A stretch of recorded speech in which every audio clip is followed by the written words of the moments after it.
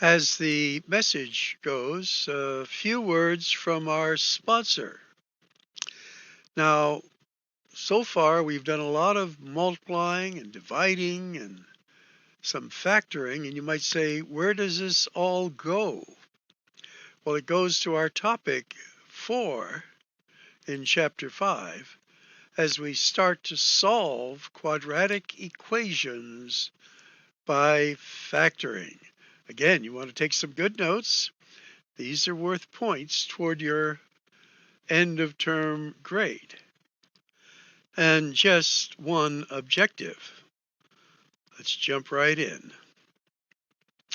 Now, when we go to solve quadratic equations, again, there is some background, and this goes through it in some detail.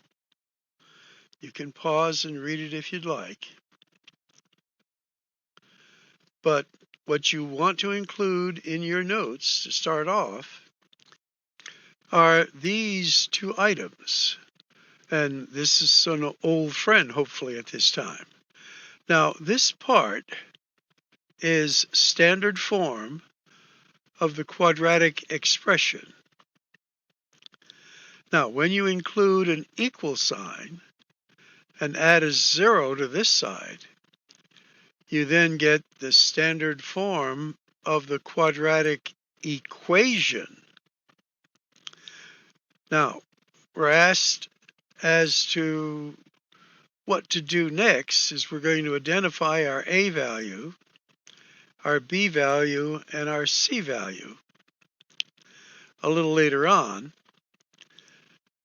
But right now, we then go to our next property, which is called the zero factor property. And once we factor this trinomial into its factors and equal it to 0, it allows us to use what is called, and you're going to put a nice star by this here, the zero factor property.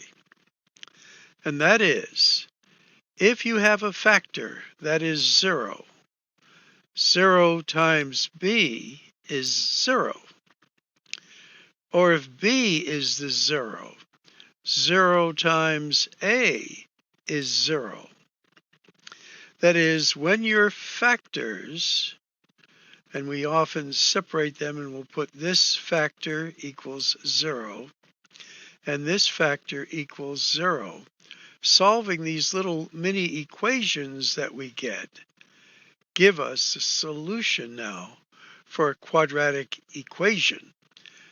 We will be working toward having in our toolkit the use of factoring to solve quadratic equations. And that's where we're going, and this is our background.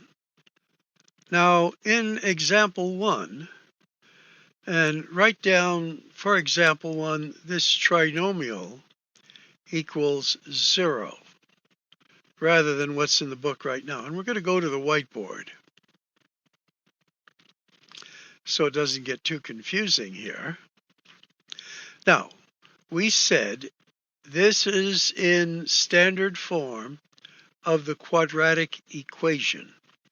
Everything is over on the left and it equals 0. Now, we're going to factor this, and this is what is illustrated in the textbook for example 1. And now we're going to use that A times B, the zero factor property. We're saying if A is equal to 0, which we write like this, x minus 5, was having trouble with my pen there for a moment, or 2x minus 7 equals 0.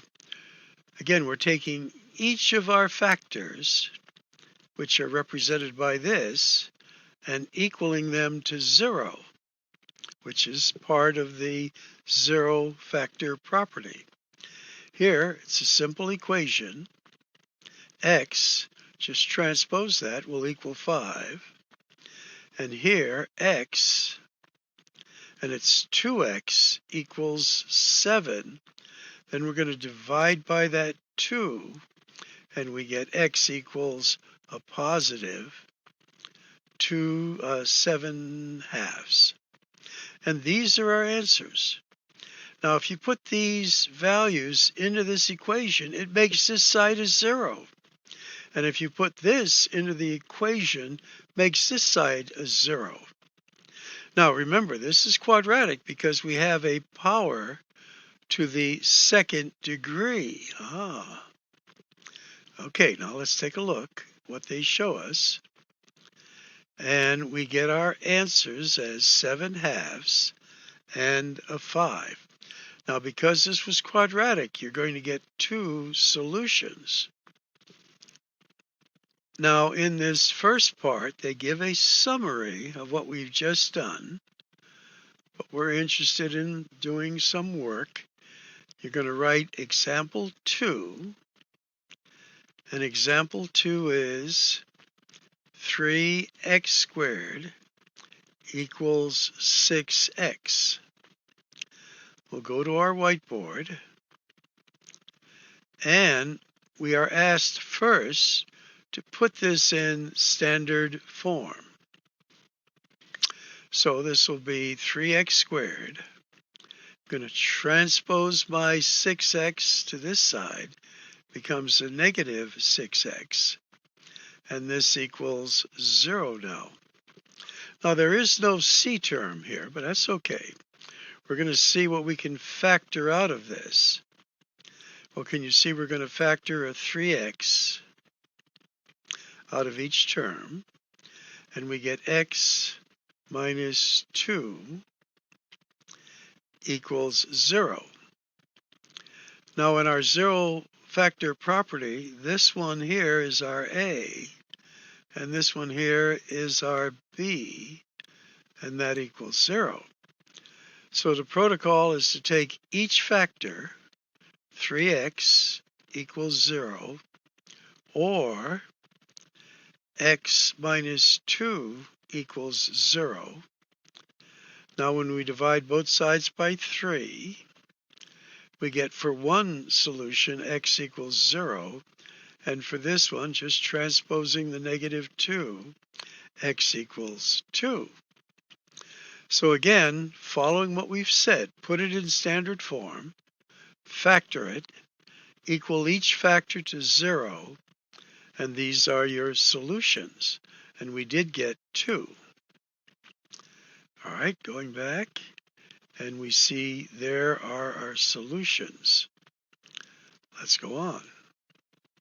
For example 3, and we'll go to our whiteboard. Again, this one's in standard form, so we're just going to factor. And I don't know if you recognize this, but this is a perfect square trinomial that will factor into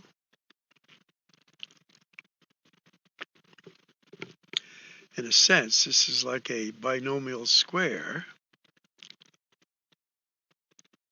but with a negative sign there. I got carried away.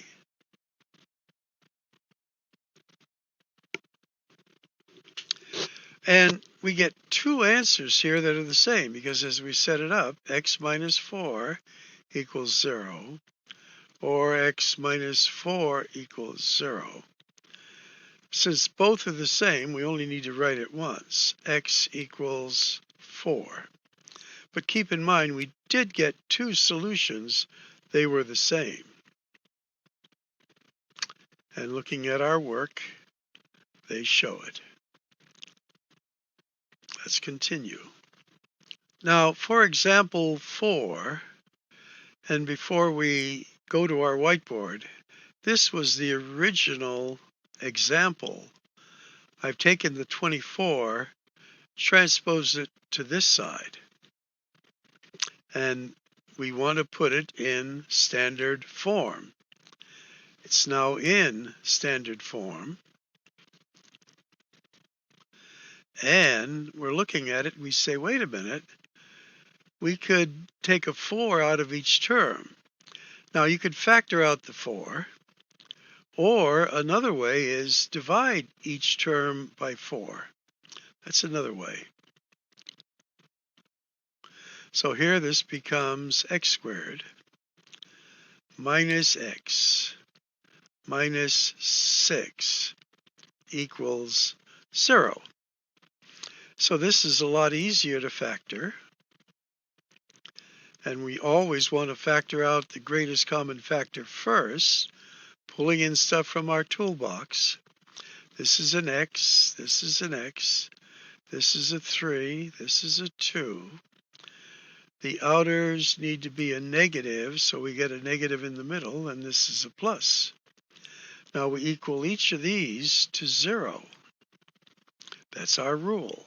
Or, and again, I would develop a technique, writing this out as you do your examples, in your notes and, of course, in your homework, your certified practice. So here, x is a negative 2. Here, x is a positive 3. And as we look at our work, there they are, a negative 2 and a positive 3. Now, they're factoring it out this way. I like it this way. Again, there's more than one way, but here you can just divide this now by 4 and this by 4, and they just makes a 1 there. So it comes out the same. Now, as we look at example 5, and you're going to copy example 5, this, you might say, well, wait a minute, that's not in standard form. So what we need to do is to expand this binomial using that technique. Square this, multiply these two together, double it, square this.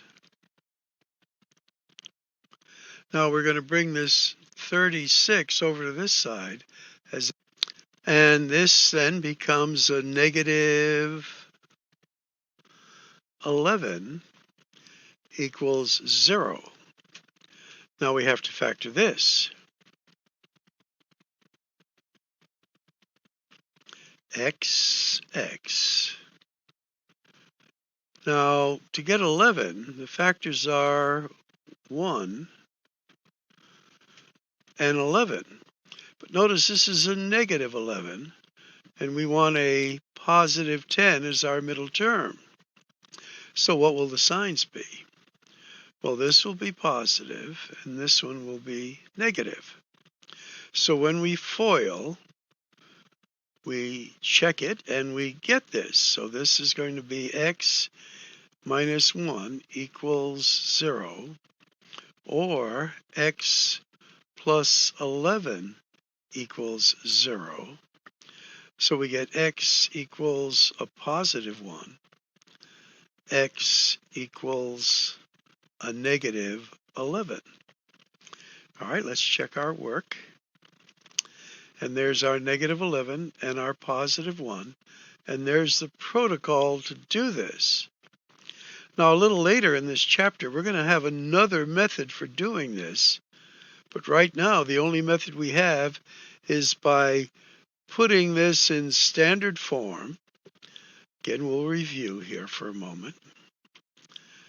Putting it in standard form, equaling it to 0, which is part of standard form, factoring the left side, and then equal each of the factors to 0, and that's the method we're using, the 0 factor property.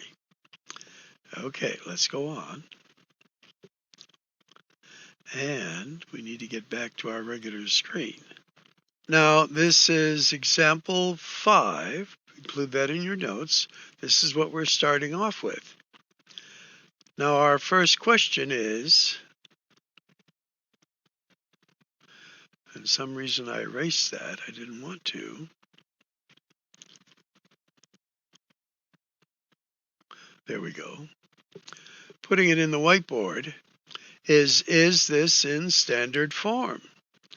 And the answer is no. So we have to work it. This will become 3x squared minus 3x equals 10 minus 2x. Well, we've cleared the parentheses. Now we got to bring everything over to the left side. 3x squared. Now I have a negative 2x that on this side becomes a positive 2x. So it just leaves me with a negative 1x. I don't write the 1. Bring this over and this becomes a negative 10. And then this equals 0. Well, we need to factor this. And again, here's where your factoring skills. This is prime. So this is going to be 3x and x. Now, we know it's not going to be a 10 and a 1, but it's going to be a 5 and a 2. Where do you put it? Well, you could try it, but it ends up being a 5 here and a 2 here. Because what I did mentally is I said, oh, this is going to be 6, and this is 5, and the difference is 1. So the negative needs to be the negative 6x, and this is a positive 5x. So we then get 3x plus 5 equals 0, or x minus 2 equals 0. So we solve for x here. We're going to transpose the 5, becomes a negative 5, and then we divide by the 3. And here it's easy, it's just x equals 2. Okay, the protocol, and I like the idea of this method, laying it out and not being cluttered by all of the stuff that's here. And there are our two answers down below. Now, this is example 7 that I've written, and we'll use our whiteboard. And you might say, you could do it a couple of ways. But here we have fractions, so definitely we want to multiply every term in this equation by something, and it's the least common denominator that we had back in an earlier chapter. And what would that be? Well, it's going to be, think of it, 15. And I need a black, not a yellow here. So there's one term, one term, one term. Going to multiply each term by 15. So the 15s cancel out, and I get 2x squared. Now, 3 will go into 15 5 times. 5 times the negative x is a negative 5x. Now, 15, or 5 will go into 15 3 times. So on this side, it's going to be a negative 3 times 1, a negative 3, but I'm going to transpose it already. And on this side, it becomes a positive 3. And this now equals 0. So hopefully that was not confusing. This became a 5 went into there 3 times. 3 times a negative 1 is a negative 3 that I would have put here. And then move this over to a positive 3 on the other side as I transposed it. Now we have to factor this. It's in standard form, equal to 0. This has to be a 2x. And this is an x. Now where do we put the 3? Now I fiddled with this a little bit. And if I tried the 3 here, it didn't work. But if I put the 3 there, now my inners are a negative 3. My outers a negative 2, and it adds up to negative 5. So this is it. So it's 2x minus 3 equals 0, or x minus 1 equals 0. So here I'm going to transpose the 3, get a positive 3, divide by 2. And then here, this one's easy. Just transpose that. That becomes a 1. Now let's check it out. So a positive 3/2 and a positive 1. Well done. if I say so myself. So we've done one like this where we expanded and solved it, so I think that'll be good. Here they're just asking you to do the fill-ins. So we're going to skip officially number 8. And then there is number 9. Again, the videos are always available. And what we'll do is I'll do this on the whiteboard for you as example 9. So let's take a moment to copy it down. It's 2x to the third minus 4x squared minus 6x equals 0. Okay, we'll go to our whiteboard. Now again, there's a common factor. This is a cubic equation. We're going to get 3 answers. So I can factor out of each term a 2x. And then this becomes x squared minus 2x minus 3 equals 0. And now I'm going to factor this part, x, 3, 1. This is negative, this is positive. Now we're going to equal each factor to 0. Now a shortcut, and again, write it out if you'd like, is equal to 0 is equal to 0. This is equal to 0. So I'm kind of making this a little short. It's running long. So 2x equals 0. This is going to be x equals 0. Here this is going to be x equals a negative 1. And here x is going to equal a positive 3. And we check our work. And there are the answers, a 0, a negative 1, and a 3. And the proper way, of course, to illustrate a set of answers, put it in braces and list your answers. All right, let's go on. So the last slide gives a nice summary that I'm going to pass up. But remember, they're giving us a common error. What's wrong with this? Well, is it in standard form? And the answer is no. So you can't do it this way. Remember, the only way we can do factoring of quadratic or cubic equations is to put it in standard form where everything's on the left and it's going to equal 0. All right, well, this will wrap us up.